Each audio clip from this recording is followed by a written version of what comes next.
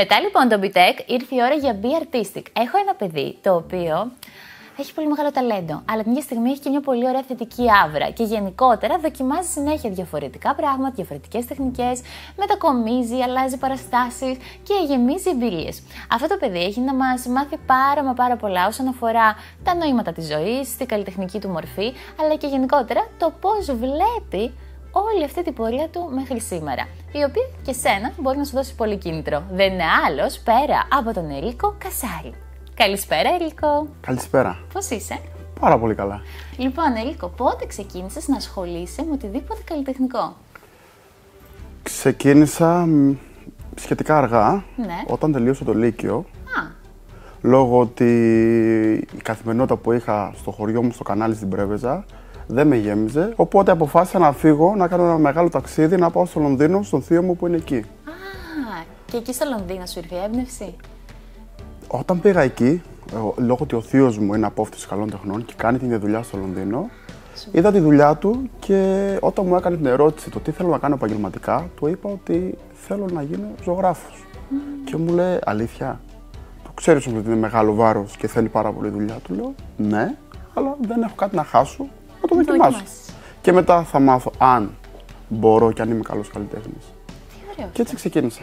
Οπότε στην ουσία ο θείος σου ήταν το κίνητρο που σου έδωσε, το έναυσμα. Ναι, είναι το κίνητρο και λόγω ότι ήταν το πρότυπο ως καλλιτέχνης, δηλαδή από μικρός. Ο μέντοράς σου. Ναι, ο μέντοράς μου, ναι. Δηλαδή από μικρό μου το έχει περάσει σαν μήνυμα ότι όταν μεγαλώσεις θέλω να σε κάνω καλλιτέχνη. Καλλιτέχνη με φώνες από μικρό παιδί που ήμουν.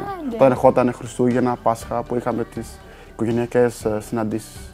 Σούπερ. Οπότε ο θείος φαντάζομαι τώρα είναι πολύ περήφανος. Ναι. Γιατί είσαι ένας πολύ ωραίος καλλιτέχνης. Ευχαριστώ πάρα πολύ. Με τι ξεκίνησες πρώτα, με μολύβι, με πινέλο, με τι?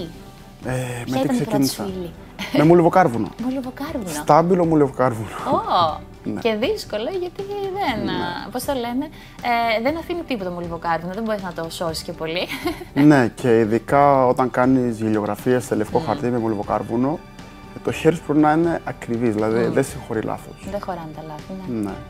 Αλλά εντάξει, στην αρχή ήταν λίγο αγχώδης, εφόσον δεν είχα εμπειρία και γνώση πάνω στο αντικείμενο. Αλλά όσο προχωρούσε ο καιρός, εφόσον πήρα τη δυνατή απόφαση να το κάνω, θυμάμαι την πρώτη καρικατούρα που έχω κάνει στο Λονδίνο, στο Covent Garden, σε μια νεαρή σκηνής. Ναι. Είχα δικό μου πόστο στο Covent Garden Jubilee Market. Wow. Για 1,5 χρόνο. Μέχρι να γυρίσω για να τελειώσω το στρατό και μετά δεν πήγα ποτέ.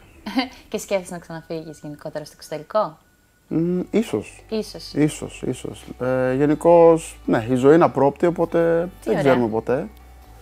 Αλλά μένω στο παρόν, λόγω ότι έχω βρει κάποιες ωραίες ισορροπίες στην Ελλάδα, οι οποίες δεν βγάζουν λογική, αλλά εμένα με γεμίζουν και είμαι χαρούμενος στην παρούσα στιγμή. Μα αυτό είναι το πιο σημαντικό, να ζεις τη ζωή σου ώστε να σε κάνει ευτυχισμένο. Και καμιά φορά δεν έχουν να κάνουν ούτε υλικά αγαθά, ούτε άλλα σημάδια τέλος πάντων, τα οποία ξέρεις κάποιοι τα κυνηγάμε πολύ. Καμιά φορά είναι το τι σε γεμίζει και τι σε κάνει να νιώθεις καλά. Ναι, το αν το πρωί ξυπνάς και είσαι ενθουσιώδης για τη μέρα σου, δηλαδή έχεις ενθουσιασμό και χαρά. Κάτι κάνεις καλά.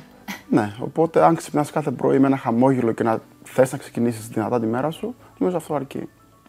Αν κάποιος αγαπάει κάτι πάρα πολύ, ασχέτως αν θα πετύχει, πρέπει να το κάνει, να το κυνηγήσει. Να μην υπάρχει το αν μετά στο μυαλό του. Αν κάνεις κάτι και έχεις την αμφιβολία, δεν θα πετύχεις ποτέ. Αν κάνεις κάτι και το αγαπάς και δώσεις το καλύτερό σου δυνατό με πολύ πάθος γι' αυτό, είναι σίγουρη επιτυχία. Γιατί ταλέντο είναι αγάπη για κάτι. Το ταλέντο δηλαδή δεν είναι ότι ξυπνάς και απλά έχεις ταλέντο και κάνεις όμορφα πράγματα. Αγαπάς κάτι, αφοσιώνεσαι σε αυτό και αυτό βγαίνει σε εμπειρία, βιώματα και ταλέντο. Και αυτό είναι και το όμορφο της ζωής, ότι δεν ξέρεις το ποιο θα είναι η συνέχεια, το αποτέλεσμα. Αυτή είναι η ομορφιά της ζωής, ότι δεν ξέρουμε τι θα συμβεί αύριο. Κάνοντας αυτό, μαθαίνουμε και μέσω από τα θετικά ή τα αρνητικά βιώματα εξελιζόμαστε και είναι αυτό που είμαστε.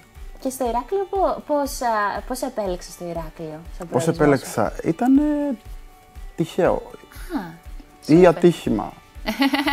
Πώς να το πω, τι θέλω να πω. Όταν ήταν ο κορονοϊός, εγώ δούλευα στην παλιά πόλη στη Ρόδο. Ναι. Στην Πύλη Ταμπούα, στα Πλατανάκια. Τότε ήθελα να δουλέψω στο Ηράκλειο με τους ντόπους για λίγο, λόγω ότι δεν είχε τουρισμό τον Μάιο του 2019-2020 που ήταν ο κορονοϊός. Και μετά ίσως να πάω να δουλέψω στη Χερσόνησο. Okay. Ήρθα στο Ηράκλειο, άρχισε σιγά σιγά, ήταν αργά τα πράγματα λόγω ότι ήταν η αρχή, είχαμε το υπό πανδημίας ήμασταν λίγο σε πιο slow. Ναι. Και μετά έκανα κάποιους φίλους, γνωριμίες. Το περιβάλλον στο Ηράκλειο είναι πάρα πολύ φιλικό. Είμαστε φιλόξενοι. Ναι. Δηλαδή έχουμε πάρει μόνο αγάπη από τον κόσμο στο Ηράκλειο. Και το ένα έφερε τ' άλλο και δεν πήγα ποτέ στη Χερσόνησο. Πάρα πολύ ωραία. Και εσένα η τέχνη σου, ας πούμε, τι είναι αυτό που σε χαρακτηρίζει, τι θα έλεγες ότι εγώ με αυτή τη τεχνική, ας πούμε, θέλω να ασχοληθώ περισσότερο. Όπως με ρώτησες και πριν, η δουλειά μου ορίζεται, δηλαδή η προσωπική μου δουλειά, τα προσωπικά μου έργα έχουν ερεθίσματα από την pop art και τον νέο εξπρεσιονισμό. Οπότε τα δικά μου έργα είναι λίγο πιο ελεύθερα, δηλαδή δεν είναι έργα τα οποία όπως είναι αυτά εδώ που να είναι όμορφα. Έχουν και λίγο ρεαλισμό μέσα, αλλά έχουν σύμβολα, χαρακτήρες, έντονες κινήσεις, παχές στρώσεις χρωμάτων, ελευθερία, δηλαδή λόγω ότι κάνω ρεαλιστικά έργα που να έχουν απόλυτη λεπτομέρεια, στα προσωπικά μου έργα απελευθερώνουμε. Και αφήνω την τέχνη, τη σκέψη και το συναίσθημα και τη θεματική να με πάει μόνη της. Ωραίο. Είναι πάρα πολλά έργα που έκανε την πτυχιακή μου με ένα ποτήρι κρασί, μουσική.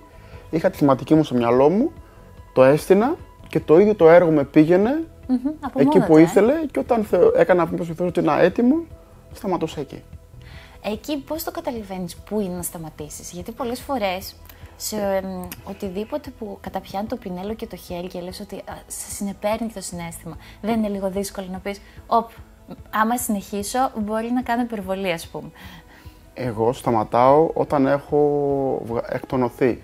Τι εννοώ με αυτό? Έχω κάτι το οποίο έχω σκεφτεί. Και δηλαδή θέλω να το βγάλω το συναίσθημα και τη σκέψη αυτή, να τη μεταφέρω στο καμβά. Οπότε και μ' άρεσε να ξεκινάω από το μηδέν το έργο, δηλαδή έπαιρνα το ξύλο, τον καμβά, εγώ το έχτιζα, το προετοίμαζα και μετά είχα τη θεματική, ξεκίνησα. Και όταν ένιωθα ότι αυτή η βράση, δηλαδή το συναίσθημα που με έβραζε και ήθελα να το βγάλω, έχει βγει στο πίκτο. Έχει βγει και έχει καλμάρει, έχω ηρεμήσει, οπότε εκεί θεωρώ και το έργο είναι έτοιμο. Σούπερ, οπότε όλο είναι λειτουργικό. Όλη η λειτουργία σου τέλος πάντων όσο αφορά τη τέχνη σου είναι με βάση το συναίσθημα και το ένστικτο, έτσι? Ναι. Πάρα πολύ ωραία. Μία ερώτηση βασικά μια συμβουλή που θα έδινες στο νεότερο εαυτό σου. Είσαι στα 18 πίσω, πριν το Λονδίνο, μόλις έχεις τελειώσει το σχολείο. Τι θα συμβούλευες με όλη τη διαδρομή που έχεις περάσει τώρα στο νεαρό σου εαυτό?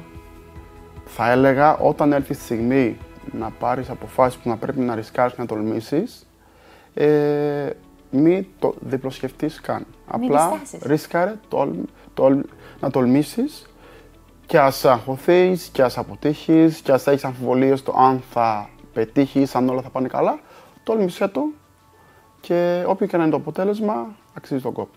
Χαίρομαι πάρα πολύ και ταιριάζουμε πολύ στο mindset και εγώ έτσι σκέφτομαι. Οπότε σου εύχομαι μόνο επιτυχίες και μόνο καλά πράγματα. Ευχαριστώ πάρα πολύ. Κάθε σου όνειρο να γίνει πραγματικότητα, να μην σταματάς να τολμάς, να μην σταματάς να ρισκάρεις, να ταξιδεύεις από τον κόσμο και ο κόσμος να ταξιδεύει από σένα και από τα έργα σου.